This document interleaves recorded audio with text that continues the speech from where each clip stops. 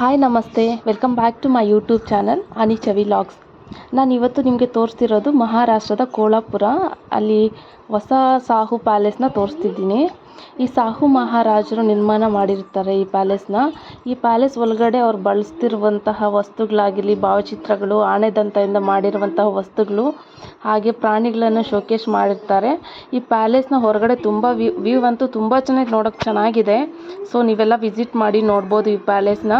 So ಹೊರಗಡೆ ಎಲ್ಲನೂ ನೋಡಿ ಅಟ್ಮಾಸ್ಫಿಯರ್ ಹೇಗಿದೆ ಅಂತ ಹೇಳ್ಬಿಟ್ಟು ತುಂಬ ಕೂಲಾಗಿದೆ. ಹಾಗೆಯೇ ಇಲ್ಲಿ ಕುತ್ಕೊಂಡು ಮನಸ್ಸಿಗಂತೂ ತುಂಬ ನೆಮ್ಮದಿ ಸಿಗುತ್ತೆ ಈ ಪ್ಲೇಸಲ್ಲಿ.